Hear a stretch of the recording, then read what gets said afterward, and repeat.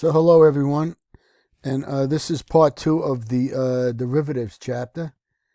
This is chapter 14, and we left off here. We were just talking about this table of the different types of financial futures contracts in the United States, and here was the currency. Here's the currency contracts, and this is the different sizes and how many different contracts. Open interest is the number of open contracts out there in July. This is in July, okay?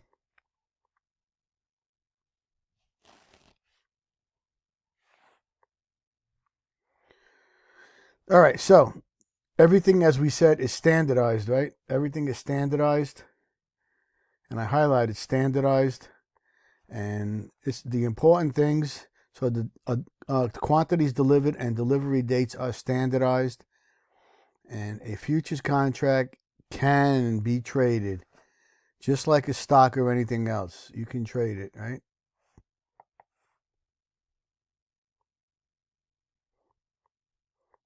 All right, so any treasury bond that matures in more than 15 years and is not callable for 15 years is eligible for delivery. So you could actually take delivery of the treasury bonds. Okay. So they have stipulations, so you can't basically corner the market, and this is the rule here.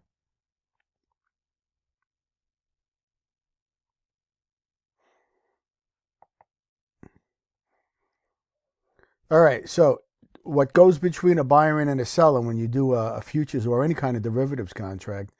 There's a clearinghouse that separates the buyer and the seller. And the buyer and the seller, this way you remove the risk that the buyer and the seller could, hurt each other financially. So there's a clearinghouse that makes sure both sides are financially stable and have the money. Okay?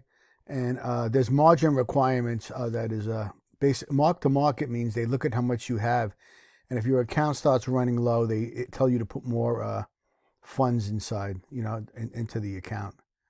It's called being mark to market every day to make sure there's enough funds in your derivatives account. However, the important thing is most futures and this is a real important statement. Most futures contracts do not result in the physical delivery of the item. Like if you have a contract on wheat, you're not going to have a truck pull up in front of your house and deliver wheat in front of your house one day, bushels of wheat. All right. Basically, the contracts are sold and traded. And that's how that goes. So everyone should be aware of that. So there's no transaction cost because there's no physical transaction. You're not going to get pigs delivered to hogs, pork bellies delivered to your house. All right. So hedging foreign exchange risk is one of the main applications of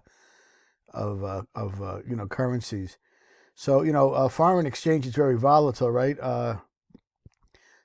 Prices. It's a 24-hour market, and prices fluctuate all day.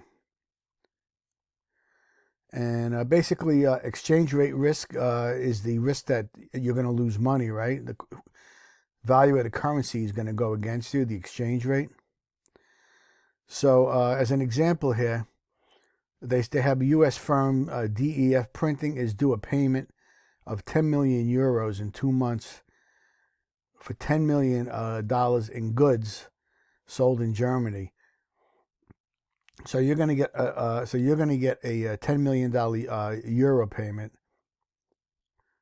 If the value of the euro falls significantly during the intervening time period, DEF is going to suffer a huge loss, right? So you got to hedge this exchange rate risk here, and that's done with foreign exchange risk. It's done with derivative contracts.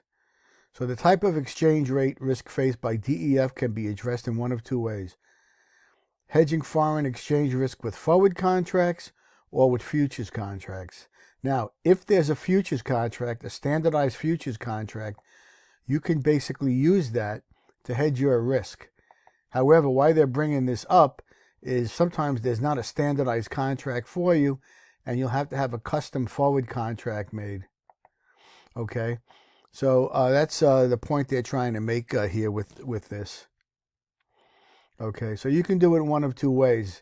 You could either, if there's a standardized one, or you have to have a custom one drawn up. The thing is, with a standardized one, it's much more liquid, and you could sell it. All right, so we move on to options now. And I did send you, by the way, I did send you another presentation with a lot more detail, over 100 slides. And I'm going to be sending you more stuff. All right, so now what are options? Options are, again, these are contracts that give, let me highlight this because this whole slide is super important. This is super important. Contracts that give the purchaser the option or right to buy or sell the underlying financial instrument at a specified price within a specified period of time, right? So it basically it's called an exercise or strike price. And there's an array of exercise or strike prices that you would pick, okay? So the seller is going to be obligated to buy or sell the financial instrument if the buyer of the option exercises the right to sell or buy, right? So the seller is always obligated, okay? So you got to keep this straight in your head. The seller is obligated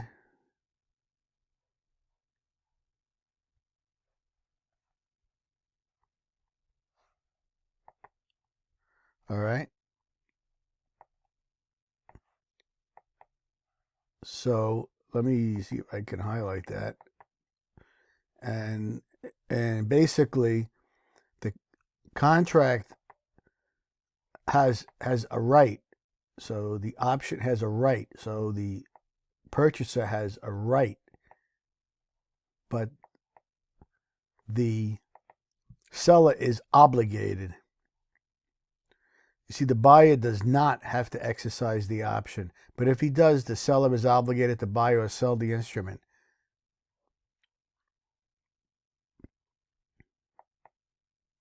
All right, so now basically you're getting rid of the risk that you would have with a futures contract, because with an options contract, you pay a premium, okay? And this is an important idea here. You pay a premium for this option. It's like, like your car insurance. You pay your premium every year, right? And American options are, and these are called American because it has nothing to do with being an American.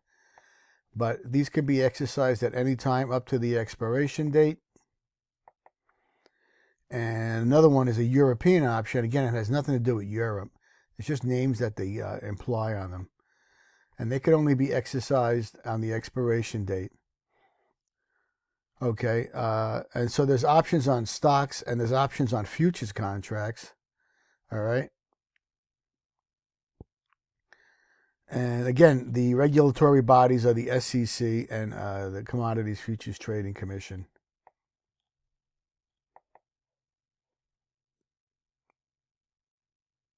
So, I mean, I don't know. Sometimes this thing is a little tricky here.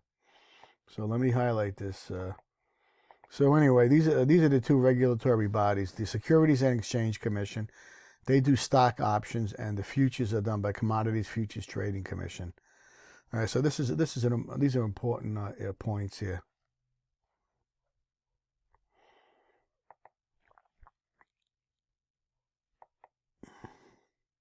All right, so the first one is called the call option. All right, and a call option gives the owner the right to buy a financial instrument at the exercise or strike price within a specific period of time. So this is called a call option. Now, when you buy a call option, you're betting that the underlying price is going to go up, right? And you make money if it goes up. With a put option, you're betting that the price is going to go down. Okay? So the put option, you have the right to sell a financial instrument at the strike price within a specific period of time. But here, again, you bet you're going to make money if the underlying goes up. Here, you're going to make money if the underlying goes down.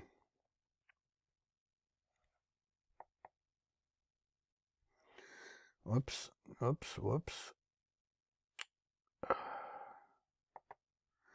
All right, so here's the profits and losses on options versus futures contracts. Okay. The blue is futures, right? See this blue? You notice how you can lose money here, right? Tremendous. You can gain, just like with an option, but you can lose your shirt. You see that right here, this blue? Now, with an options contract, you paid your premium. So this is the premium you paid right here. This is the most you can lose. But again, you can make money. So the bottom legs are chopped off the options contract to save you from losing a ton of money. And because you paid your premium, you do that. And the same thing here with a put option. Notice how on a put option you can lose your shirt. That's a futures contract. On a futures contract here, you can lose your shirt. But here with the put option, you paid a premium, so you could you cut off your losses there. The most you're going to lose is your premium.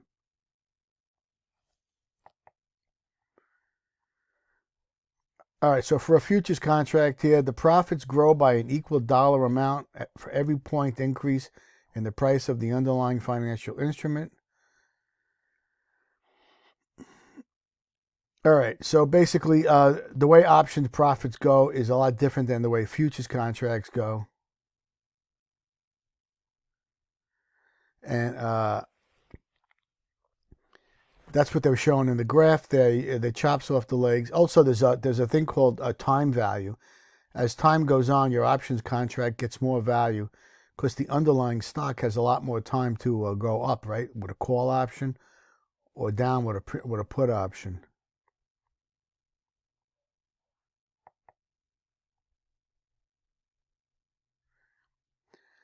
All right, so initial investments on the contracts differ. Now, with a futures contract, as we said, money changes hands daily because they're marked to market. And with futures, with options, only once for the option contract when you exercise the option. Okay. Now, with an option, you could sell the contract, right, and get out of it, or you could take you could buy the underlying stock, and that's similar to what you can do with the futures. But again, these contracts are normally sold. Most people don't take the underlying futures assets or the underlying options assets. All right, so there's a couple of things that affect the premium that you would pay for one of these options, right? There's a couple of things that would affect that. So the higher the strike price, everything else being equal, the lower the premium on call options, and the higher the premium on put options.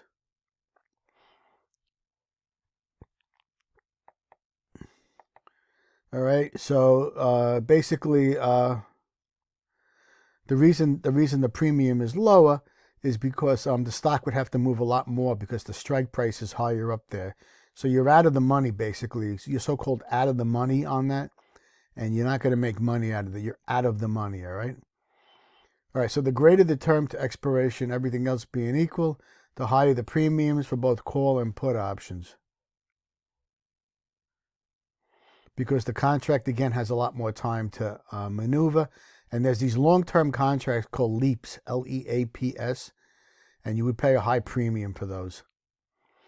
All right, so the greater the volatility or prices of the underlying, everything else being equal, again, the higher the premiums. Because the stocks can either go way up or way down, so you're going to pay a higher premium for that. So, all right, so the next contract is called a swap. And swaps are basically having contracts that obligate each party to the contract, and you're going to exchange a set of payments, not physical assets. You're going to net out on two types of another set of payments by another party. So you use net out, and a lot of these swaps are interest rate swaps, and here they are on currency swaps. So a currency swap here We'll highlight that, right? A currency swap involves the exchange of a set of payments in one currency for a set of payments in another currency. And again, you can use these to hedge um, currency deals, right? And an interest rate swap is a similar product, and it exchanges a set of one interest payments for another set of interest payments, all denominated in the same currency. All right. So basically, you may have a floating rate loan, and you might want a fixed rate loan, and the way to get out of that is with a swap. And the swap contract, again, is pretty standardized. It specifies the interest rate on the payments that are being exchanged, the type of interest payments, the notional underlying principal that the interest is being paid on, and the time period pretty much over which the whole contract continues or eventually will expire, right? So anyway, these are, again, swaps are customized most of the time over the counter contracts. You don't really have many exchange traded contracts. All right, so there may be some, but the majority of these contracts are over the counter. All right, so this is how an interest rate swap works. This person here, Midwest Savings Bank, is going to pay, and Friendly Finance Company is going to receive. And they're paying a fixed rate over a 10-year period, right? And basically, Midwest Bank's going to receive a variable rate over a 10-year period. So you can see they're basically swapping out, and that's why it's called a swap. This guy says, I don't want a fixed rate anymore. And he says, well, I want a floating rate, and Friendly is going to give him the floating rate, and Friendly wants a fixed rate.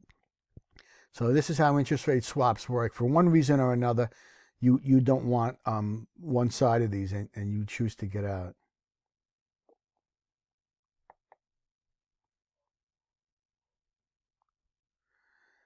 All right, so basically, you avoid transaction costs because you don't have both sides of a trade. So you just buy the swap, and you're limiting your transaction costs. So and again, you can use you can hedge interest rate risk again, and this is what they do with currency risk and interest rate risk. So this is a hedging tool for the most part. Now again, we were just saying you can't get rid of these contracts; they're customized. You see, so you're going to suffer from a lack of liquidity here, right? And they're subject to a default risk. And the need for information. The one side, there's no counterparty in between. There's no clearinghouse. And little by little, when you do one, basically intermediaries have stepped in to try to solve this problem. Whoops, touchy.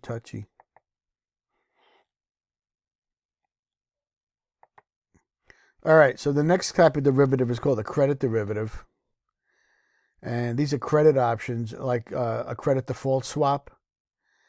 And you receive profits tied either to the price of an underlying security. And this is what AIG got in trouble with, or to an interest rate, and ties profit to a change in an interest rate.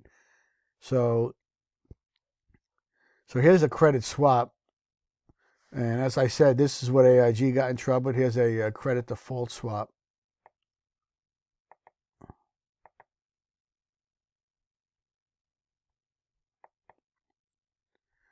All right, so again, as I was just talking, here are lessons from the financial crisis.